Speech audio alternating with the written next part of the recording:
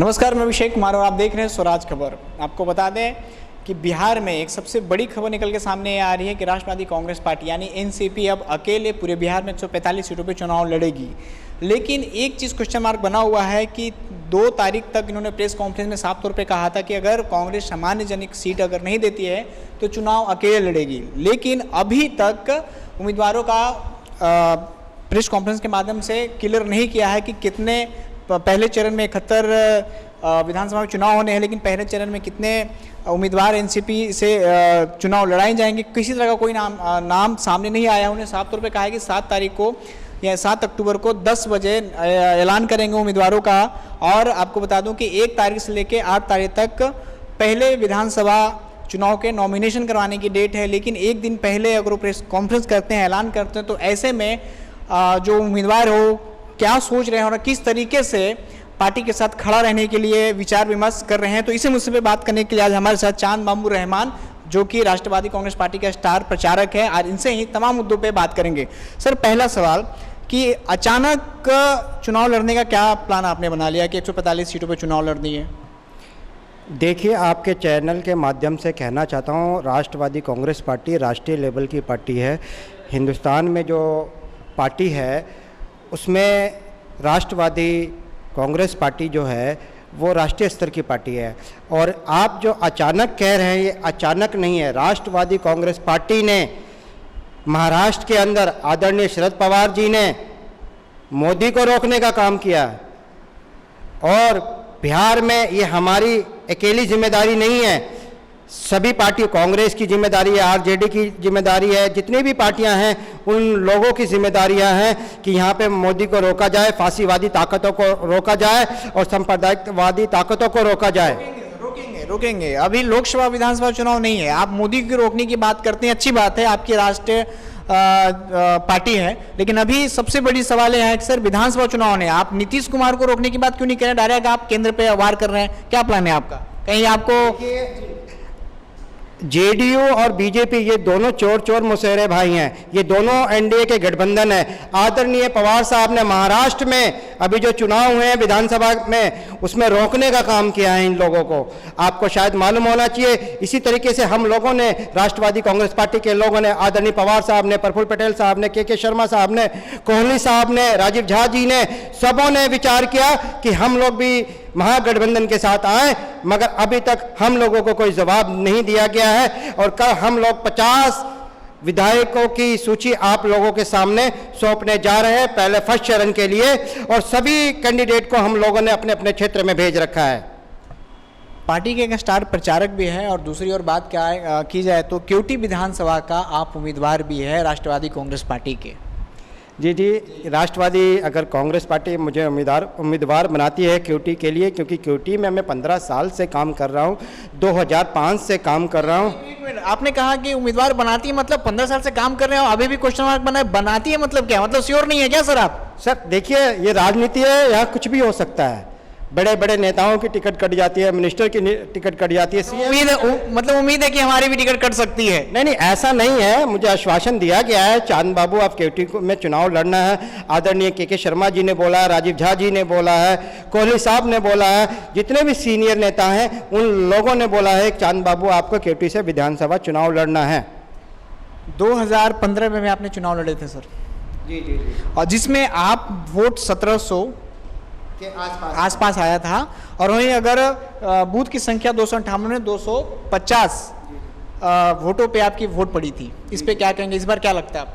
देखिए, चांद बाबू रहमान केवटी का बेटा है, और केवटी का बेटा 2005 में मैंने नारा दिया था, क्योंकि हमारे केवटी विधानसभा की सबसे बड़ी विडंबना है कि 1977 में ये केवटी विधानसभा बना, और आज तक इस विधानसभा में न केवटी का बेटा, न केवटी की बेटी, न केवटी का कोई भी व्यक्ति विधायक नहीं बना। सब हवाई जहाज से आते हैं और यहाँ से विधायक बन के चले जाते हैं। और यहाँ तक पूरे बिहार में मैं आपको बताना चाहता हूँ आपके चैनल के माध्यम से, जितना शोषण केवटी विधानसभा का इन लोगों, इन नेताओं ने किया है, चाहे वो आरजेडी के लोग हो, चाहे वो बीजेपी के लोग हो, चाहे वो जनता दल सेकुलर के लोग हो, किसी भी पार्टी के लोग हो, चाहे मौजूदा आपके विधायक का उनका भी नाम ले लीजिए आप डायरेक्ट। हमारे विधायक फराज फातमी साहब थे, उन्होंने तो सिर्फ वोट लगाने के अलावा केवटी में कोई काम ही नहीं किया है, इसलिए वो विधानसभा केवटी छोड़ के दूसरी जगह से लड़ने की तैयारी कर रहे हैं।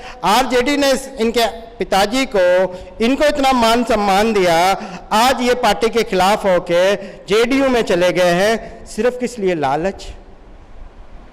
और क्या आप बताइए।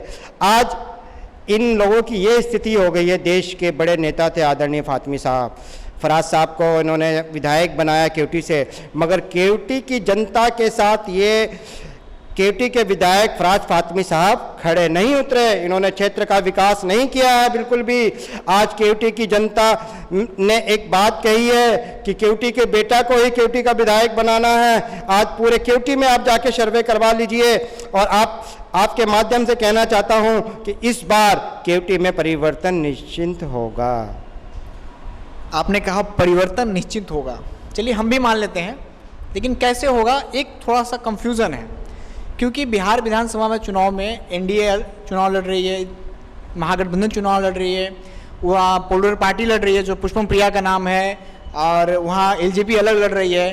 तो इस बार जनता किसको परिवर्तन करेगी, इस पर एक क्वेश्चन मार्क लगा है सर। ऊपर से आप एनसीपी से हैं, कई निर्दलीय भी हैं, तो जनता कहीं ना कहीं कंफ्यूज है ना कि आखिर परिवर्तन करके किसको राजगद्दी दिया जाए केवटी विधानसभा के लिए। देखिए, केवटी विधानसभा के लिए मैं आपको बता दूं कि 2005 में मैंने सबसे पहले आवाज़ उठाई थी। मैं बार बार कह रहा हूं, 15 साल से मैं क्षेत्र की जनता के बीच में काम कर रहा हूं, और मुझे मौका मिला 2015 में चुनाव लड़ने का। 2010 में मुझे आदरणीय तारिक साहब ने टिकट नहीं दिया, छात्र का राष्ट्रीय अध्यक्ष होने के बावजूद भी। फिर भी मैं 2015 में लड़ा चुनाव, और मैंने दोनों कैबिनेट मंत्री थे के बेटे, आदरणीय फातमी साहब के बेटे, आदरणीय हुकुम नारायण यादव के बेटे, जो आज मधुबनी के एमपी हैं, उनके विरोध में चुनाव लड़ा। और यहाँ तक मैं आप लोगों को आपके चैनल के माध्यम से बता दूं कि केवटी के अंदर जो मैंने लोगों को जगाने का काम किया कि बाहर ही भगाओ, केवटी बचाओ, आज चांद बाबू की तरह 50-100 लोग केवटी का बेटा और केवटी का बेटा चिल्ला रहा है। इससे ये लगता है कि केवटी की जनता में जागरूकता पैदा हो रही है और केवटी में परिवर्तन होना निश्चित है। आपके क्षेत्र के जो विधायक हैं राजद में थे, राजद को छोड़कर जेडीयू में चले गए, क्या कहेंगे इस पे सर आप? देखिए, उनका तो अपना निर्णय है, कहीं भी जाए, लोकतंत्र में सबको आज़ादी है, कहीं भी जा सकते हैं, इसमें मैं क्या कह सकता हूँ। उनका तो अपना व्यक्तिगत निर्णय है। नेताजी हैं, खुलकर नहीं बताएंगे। चलिए थोड़ा विकास की बात पे हो जाए। केवटी विधानसभा में क्या क्या विकास नहीं हुई है, इस पे क्या कहेंगे? मैं आपको, मेरे फ़ोन में आज भी वो तस्वीरें हैं जहाँ मैं जाता हूँ। केवटी में 38 पंचायत है, 26 पंचायत जो हैं वो केवटी विधानसभा के हैं, और 12 पंचायत जो हैं वो सिंगवाड़ा ब्लॉक के हैं।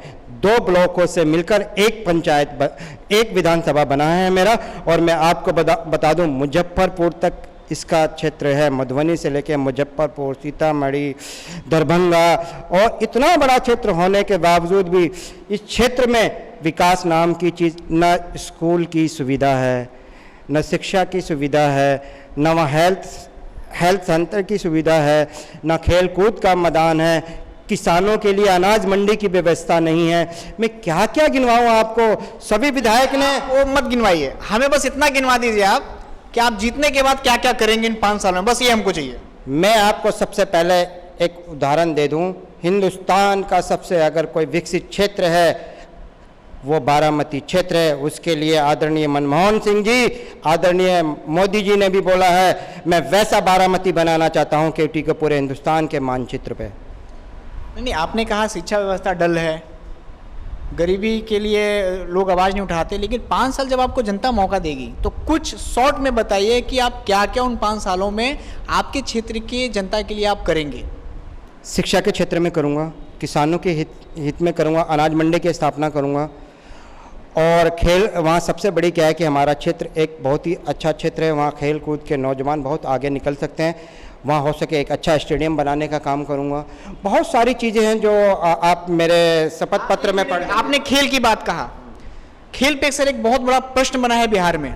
कोई नेशनल लेवल पे भी खोलता है और उसे सरकार कोई समर्थन नहीं करती है, और जाके एक टायर पंचर का दुकान खोलता है। अब मैं पटना की बात करता हूँ, पटना में कई ऐसे आपको दिखा दूंगा जो कि नेशनल लेवल तक खेला हुआ है और उनको सरकार कोई मदद नहीं कर रही है। शायद आपको मालूम नहीं, हमारे पार्टी के राष्ट्रीय अध्यक्ष आदरणीय शरद पवार जी बीसीसीआई के भी अध्यक्ष थे, और बिहार के नहीं है सर, पूरा नहीं नहीं सर सर सर सर एक मिनट सर, वो बिहार के नहीं है। अगर उनके माध्यम से इस क्षेत्र की जनता आगे निकलेगी, पवार साहब उसको आगे बढ़ाने का काम करेंगे। मतलब साफ तौर पे ये कहना है कि आपकी सरकार आएगी तो जो खिलाड़ियों के साथ जो बिहार सरकार साथ नहीं खड़ी है, आपकी सरकार साथ खड़ी है। देखिए, सबसे बड़ा उदाहरण आईपीएल किसकी देन है? शरद पवार की देन है। आज क्रिकेट में कितनी अच्छी व्यवस्था बना दी है, किसकी देन है? शरद पवार की देन है। मतलब साफ तौर पे है कि शरद पवार क्रिकेट जो खिलाड़ी होंगे, जो खेल में इच्छुक रखते हैं, उनके साथ आपकी पार्टी खड़ी रहेगी। अरे बिहार में जगह नहीं मिलेगी, महाराष्ट्र से उनको से भेजा जाएगा, मगर जो छात्र अच्छा करेंगे उनके लिए चांद बाबू पार्लियामेंट में भी आवाज़ जाके उठा सकता है, पार्लियामेंट को भी घेर सकता है। मैं ये कहता हूँ, चांद बाबू अगर केवटी का विधायक बना तो वहाँ चांद बाबू अकेला विधायक नहीं होगा, केवटी की 2,90,000 जनता विधायक होगी। एक आखिरी सवाल, केवटी विधानसभा की जनता आपको वोट दे क्यों? सबसे लास्ट सवाल। मैं केवटी का बेटा हूँ और केवटी के हित के लिए हमेशा रात दिन खड़ा रहता हूँ, और जो मेरे से होता है मैं केवटी की जनता के लिए करता रहता हूँ। और आजकल तो बहुत सारे लोग मैदान में डटे हुए हैं केवटी के लिए टिकट लेने के लिए, मगर हमने एक बात आपको पहले भी बोली है, अभी भी बोल रहा हूँ कि केवटी की धरती पे सबसे पहला चांद बाबू रहमान है जिसने आवाज़ उठाई है कि केवटी बचाओ भारी भगाओ। एक खबर निकल के सामने आ रही है, महागठबंधन से टिकट का एक चेहरा सामने आ रहा है। क्या लगता है सर कि महागठबंधन से भी टिकट का कुछ ऑफर मिल रही है क्या आपको? देखिए, राजनीति में सारी संभावनाएं कभी ख़त्म नहीं होती है। देखिए, आपको लग रहा है कि हमारी पार्टी अगर गठबंधन में आ जाती है, चांद बाबू को गठबंधन से टिकट दे देती है, तो इससे बड़ा उपहार क्या हो सकता है? दे देती है ये तो अपनी बात रखे, लेकिन क्या कुछ बातचीत हो रही है महागठबंधन से? ये आपने नहीं कहा सर। देखिए, ये तो बड़े नेता जाने, आदरणीय शरद पवार जाने। महागठबंधन में आपका नाम सामने आ रहा है तो कहीं ना कहीं कुछ बातचीत हो रही हो, या फिर आपके विकास को लेकर महागठबंधन का नजर है कि चलिए चांद जी पे एक ऑप्शन रखा गया केवटी विधानसभा को, तो कुछ तो जरूर कांटेक्ट करने की कोशिश करते होंगे जो महागठबंधन के पदाधिकारी। देखिए, अभी तो मैं आपके सामने एनसीपी में ही बैठा हुआ हूँ, और एनसीपी का सन 2000 से अभी हमारे साथ बैठे हैं ना, लेकिन 24 घंटा में हमारे साथ तो रहते हैं नहीं। नहीं, वो सब आपको पता चल जाएगा, आपके न्यूज़ के माध्यम से पता चल जाएगा, मगर हम तो राष्ट्रवादी के सिपाही हैं, थे और रहेंगे। मतलब ऑप्शन मिलेगा तो बिल्कुल इसे सब करें। आदरणीय पवार साहब से बात करके जो उनका आदेश होगा, और प्रफुल्ल पटेल साहब से, के शर्मा जी से, राजीव झा जी से बात करके जो उनका आदेश होगा। लगता है कि पार्टी अनुमति दे देंगे कि हमारी पार्टी छोड़िए और महागठबंधन ज्वाइन कीजिए? देखिए, शरद पवार तो वो खिलाड़ी है जो हिंदुस्तान की राजनीति में कुछ भी परिवर्तन कर सकते हैं। नहीं, परिवर्तन कर देते हैं, लेकिन उनके पार्टी के कार्यकर्ता किसी दूसरे पार्टी में जाए वो अलाउ नहीं करेंगे। ऐसा है सर, मैं आपको बता दूं कि राजनीति में हर सब मामला तलाशी जाती है और एक दूसरे पे नज़र गड़ाए रहते हैं।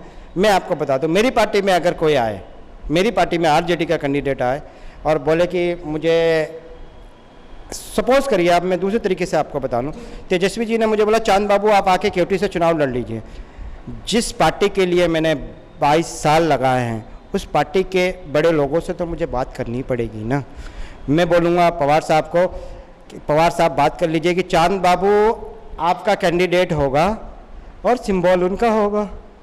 ये तो राजनीति में आपको मालूम चलता ही है कि कैंडिडेट किसी पार्टी का, सिंबल किसी पार्टी का। मतलब साफ तौर पे यही कहना है कि अगर ऑफर भी मिलती है तो पहले अपने पार्टी के जो पदाधिकारी हैं उनसे विचार विमर्श की जाएगी, देन आफ्टर ही आप पार्टी को ज्वाइन करें। जी, ये तो है ही। बहुत बहुत शुक्रिया सर हमारे साथ जुड़ने के लिए। शुक्रिया। स्वराज चैनल का मैं तहे दिल से स्वागत करता हूं।